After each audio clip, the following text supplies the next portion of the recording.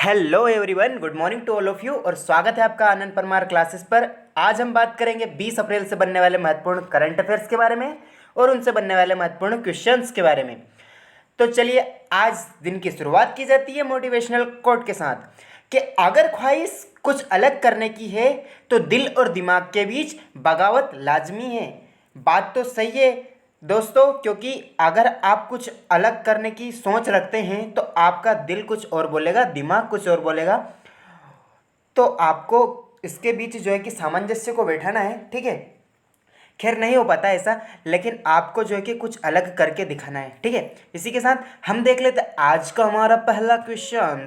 तो वो क्या है, हाल ही में किस मंत्रालय ने ई स्मार्ट सिटी चैलेंज और transport for all challenge launch किया गया है? तो किसके द्वारा किया गया है, इसका राइट आंसर आपको लगाना है। तो ऑप्शन आपके सामने दिए हुए हैं, इसका राइट आंसर आएगा हमारा ऑप्शन सी, यानी कि आवास और शहरी मामलों के मंत्रालय। यानी कि आवास और शहरी मामलों के मंत्रालय ने जो है कि ई स्मार्ट सिटी चैलेंज और transport for all challenge launch किया है। अब इसका मतलब क्या भाई लोग, तो जो इसका मेन मोटो ये रहेगा कि सही भोजन प्रथाओं, यानी कि सही भोजन, जो अच्छा भोजन मिले और आदतों को जो वातावरण स्थापित करना, इसका मुख्य उद्देश्य है। और जो है कि परिवहन में सार्वजनिक परिवहन को सुरक्षित और आरामदायक, सस्ती, भरोसेमंद बनाना, इसका मेन मोटो रहेगा, ठीक है। इसमें बात की गई है सड़क परिवहन और राजमार्ग मंत्रालय की, तो ये नितिन जयराम गडकरी के पास है। गृह मंत्रालय अमित शाह जी के पास है। इसके अलावा जैसे कि आवास एवं शहरी मंत्रालय जो कि हरदीप सिंह पुरी के पास है, और उत्तर पूर्वी क्षेत्र विकास मंत्रालय ये जितेंद्र सिंह के पास है। यानी कि इनके पास नहीं है भाई लोग, ये मंत्री हैं इनके, इसलिए मैं आपको ऐसे बता रहा हूँ, ठीक है। जैसे कि मैंने आपको स्मार्ट सिटी चैलेंज के बारे में आपको बताया है, ठीक है। इसके बाद हमारा जो है कि अगला प्रश्न है, प्रतिवर्ष विश्व कला दिवस कब मनाया जाता है? तो क्या आएगा इसका राइट आंसर, टिक कीजिए फटाफट। इसका राइट आंसर क्या आएगा? तो इसका जो राइट आंसर आएगा हमारा 15 अप्रैल, यानी कि 15 अप्रैल को जो है कि प्रतिवर्ष ललित कला दिवस मनाया जाता है। अब ललित कला दिवस क्यों मनाया जाता है, तो ये दुनिया भर में रचनात्मक गतिविधियों को जागरूकता के बारे में इसे मनाया जाता है। अब मनाया जाता है तो इसे पहली बार कब मनाया गया था? 2012 में इसे पहली बार मनाया गया था, ठीक है। जैसे क्या है, अब हम बात करेंगे अप्रैल से बनने वाले महत्वपूर्ण जो है कि दिवसों के बारे में। जैसे नेशनल मैरीटाइम डे, तो ये कब मनाया था? 5 अप्रैल को। और वर्ल्ड हेल्थ डे ये 7 अप्रैल को मनाया जाता, ठीक है। इसके अलावा 10 अप्रैल को वर्ल्ड हीमोफीलिया डे, यानी कि वर्ल्ड होम्योपैथी डे। इसके अलावा ये जो सैमुअल हैनीमैन, इनके बर्थडे पर इनको मनाया जाता है, ठीक है। इसके अलावा हम बात करेंगे जैसे 14 अप्रैल को, तो ये अंबेडकर जयंती के रूप में मनाई जाती है। और जैसे 18 अप्रैल को वर्ल्ड हेरिटेज डे, यानी कि विश्व विरासत दिवस के रूप में मनाया जाता है। और 21 अप्रैल को इंडियन सिविल सर्विसेज डे, यानी कि इंडियन सिविल सर्विसेज डे मनाया जाता है 21 अप्रैल को। और 22 अप्रैल को जो है कि अर्थ डे, यानी कि पृथ्वी दिवस मनाया जाता है। और 23 अप्रैल को world books and copyright day, यानी कि कॉपीराइट दिवस जो है कि 23 अप्रैल को मनाया जाता है। 24 अप्रैल को पंचायत दिवस मनाया जाता है। याद रखना, इंपॉर्टेंट दिवस है और आपके एग्जाम के लिए काफ़ी महत्वपूर्ण है। जैसे हमारा अगला प्रश्न देख लेंगे, ये एग्जाम के लिए बहुत ही ज़्यादा महत्वपूर्ण है। तो राष्ट्रीय स्टार्टअप सलाहकार परिषद की पहली बैठक की अध्यक्षता किसने की है? तो किसने की है? तो जो हमारे गोयल साहब है, यानी कि ऑप्शन डी पीयूष गोयल, ठीक है। इन्होंने जो है कि राष्ट्रीय स्टार्टअप सलाहकार परिषद की बैठक की अध्यक्षता की है। तो इन्होंने अध्यक्षता में क्या कहा है, तो जो उद्योग और आंतरिक बढ़ावा देने के लिए और नवाचार में जो स्टार्टअप के पोषण के लिए एक मजबूत परिसीमन तंत्र बनाया जाएगा। और इससे जो है कि आवश्यक उपाय किए जाएंगे और सलाह की, जो कि इससे सलाह ली जाएगी और स्थापना की गई, यानी कि इनकी सलाह के लिए ये राष्ट्रीय स्टार्टअप सलाहकार परिषद की बैठक की गई है। अब इसमें बात की गई है निर्मला सीतारमण की। तो निर्मला सीतारमण कौन है? वित्त मंत्री। और रविशंकर प्रसाद कौन है? तो ये है हमारे सूचना एवं प्रसारण मंत्री, ठीक है। इसके अलावा राजनाथ सिंह जो है कि रक्षा मंत्री है। और पीयूष गोयल हमारे रेल मंत्री है। इन्होंने ही जो है कि राष्ट्रीय स्टार्टअप सलाहकार परिषद की जो पहली बैठक हुई है उसकी अध्यक्षता की है, ठीक है।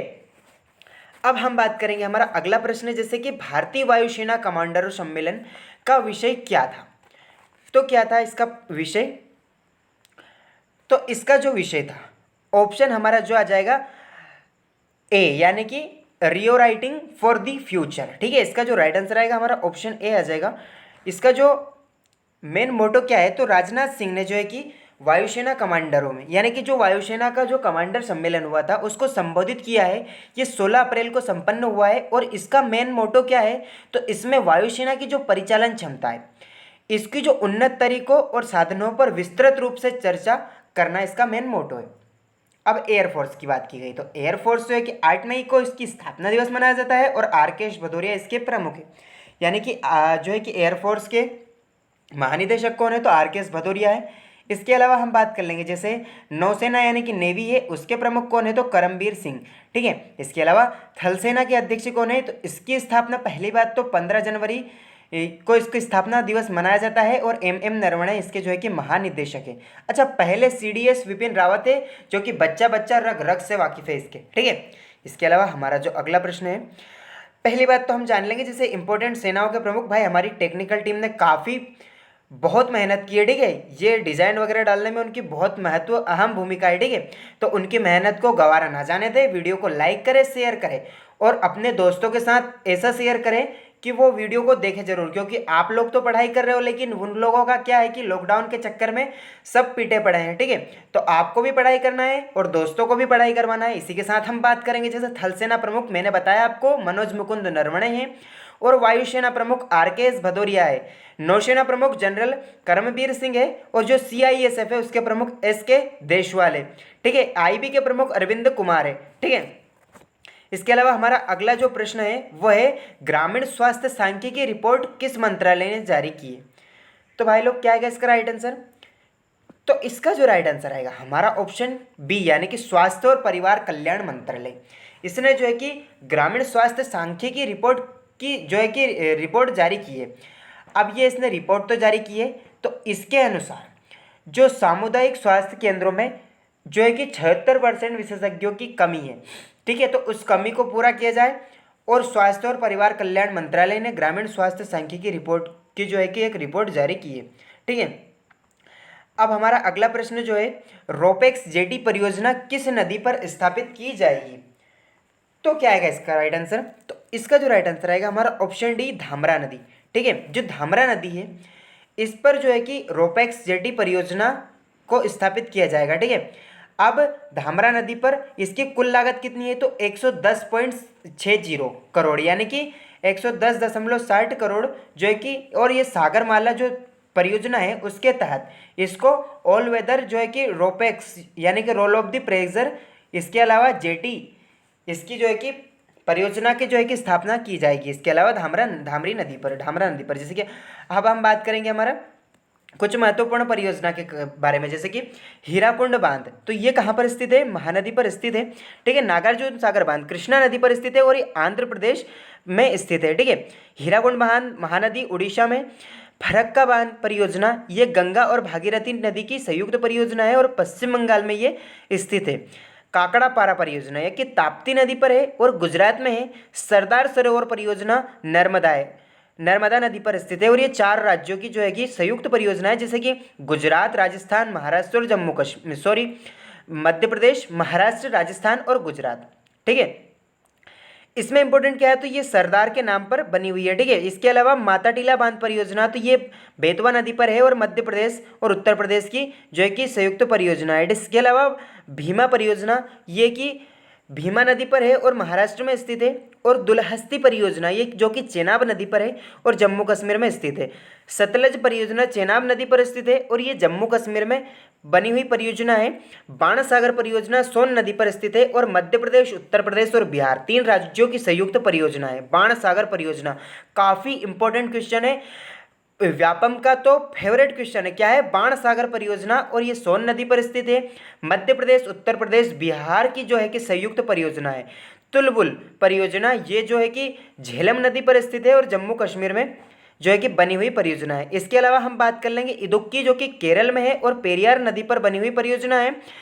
नागपुर परियोजना जो कि कोराडी नदी पर महाराष्ट्र में बनी हुई परियोजना है। हम बात कर लेंगे जायकवाड़ी परियोजना जो कि गोदावरी नदी पर बनी हुई है और यह महाराष्ट्र से बिलोंग करती है यानी कि महाराष्ट्र में स्थित है। ठीक है। हमारा अगला जो प्रश्न है, निम्नलिखित में से कौन सा संगठन विशेष आहरण अधिकार नामक पूरक विदेशी मुद्रा आरक्षित संपत्ति रखता है। तो इसका राइट आंसर क्या आएगा, ऑप्शन आपके सामने दिए हुए हैं, राइट आंसर टिक कीजिए इसका। तो इसका जो राइट आंसर आएगा हमारा IMF यानी कि अंतर्राष्ट्रीय मुद्रा कोष, ऑप्शन ए हमारा राइट आंसर आ जाएगा। तो जो IMF है उसने जो है कि ये संगठन ने आहरण अधिकार नामक पूरक विदेशी मुद्रा जो है कि आरक्षित संपत्ति रखता है। अब ये क्या है, तो ये अंतर्राष्ट्रीय मुद्रा कोष ने घोषणा की है कि जो आगंतुक यानी कि अगस्त तक अपने जो सदस्य देश है उनके साथ विशेष आहरण अधिकार देगा, ठीक है, यानी कि विशेष अधिकार देगा। और इसमें जो है कि हम बात करेंगे, जैसे इसमें बात की गई है अंतर्राष्ट्रीय मुद्रा कोष की, तो इसकी स्थापना कब की गई थी, तो 27 दिसंबर 1945 की। और इसकी जो हेड कौन है, तो वो है क्रिस्टलिना जॉर्जिवा।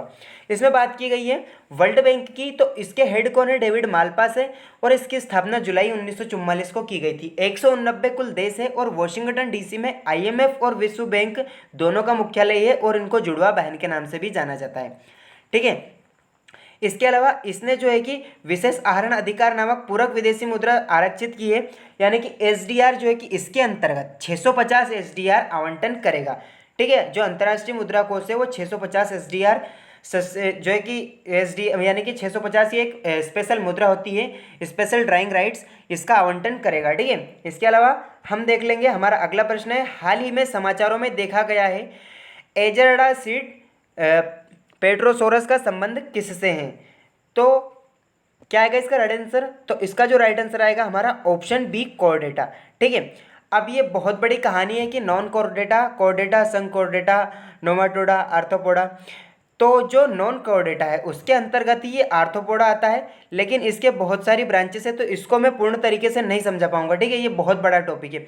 इसी के साथ मैं बता सकता हूँ आपको, जैसे कि ये एक चाकम्य युग की जो है कि एनार्जिडा है, जो टेरोसोरस का एक परिवार है, ठीक है। जैसे कि इसमें बात की गई है जो एजरडासिड पेट्रोसोरस है इसके बारे में, तो ये एक प्रकार के सांप होते हैं। और जैसे पुराने ज़माने में आपने देखा होगा कई वर्ष पुराने डायनासोर्स, उसी प्रकार के जो डायनासोर होते हैं उसी प्रकार के रहा है। लेकिन इसकी बात यह है कि इसकी पतली और लंबी गर्दन है और इस प्रकार का कोई सा भी जानवर पहले देखा नहीं गया था, लेकिन इसको कॉर्डेटा के तहत रखा गया है, ठीक है।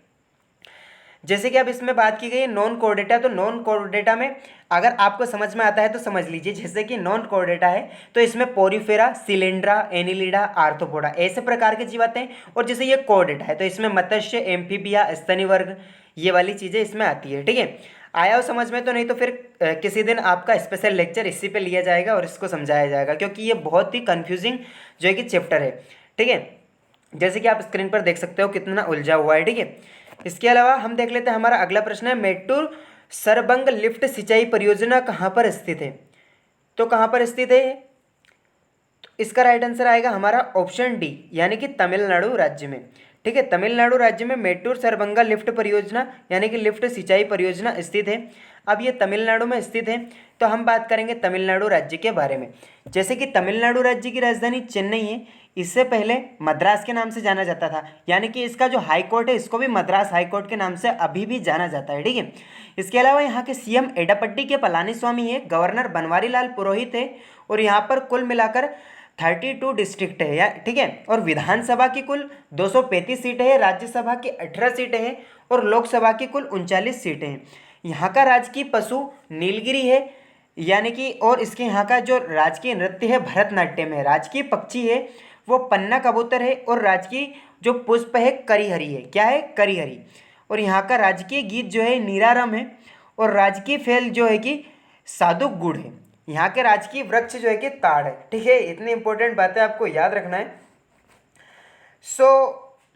जिन्हें अपनी काबिलियत पर विश्वास होती है वही लोग अपनी मंजिल तक पहुंचते हैं, ठीक है। तो अपनी काबिलियत पर विश्वास रखें, एक दिन आप जरूर सक्सेस होंगे। ये जो है कि हमारी कल्पना है, कल्पना नहीं, आपको जो है कि सच जरूर सच होगा, ठीक है। तो लगे रहिए, बने रहिए हमारे साथ, और वीडियोस देखते रहिए और अपने दोस्तों को भी शेयर करते रहिए। So that is it for today guys. आज की वीडियो में बस इतना ही। वीडियो पसंद आया हो तो लाइक करें, अपने दोस्तों के साथ शेयर करें, और ऐसे ही और अधिक वीडियोस देखने के लिए आनंद परमार क्लासेस को सब्सक्राइब करें, ठीक है। किसी भी सोशल मीडिया प्लेटफॉर्म पर जाकर आप आनंद परमार क्लासेस को जो है कि फॉलो कर सकते हैं, ज्वाइन कर सकते हैं, सब्सक्राइब कर सकते हैं, ठीक है। तो अभी जाइए और ज्वाइन कीजिए, फॉलो कीजिए और सब्सक्राइब कीजिए। So keep learning, keep watching and keep growing. Thank you for watching.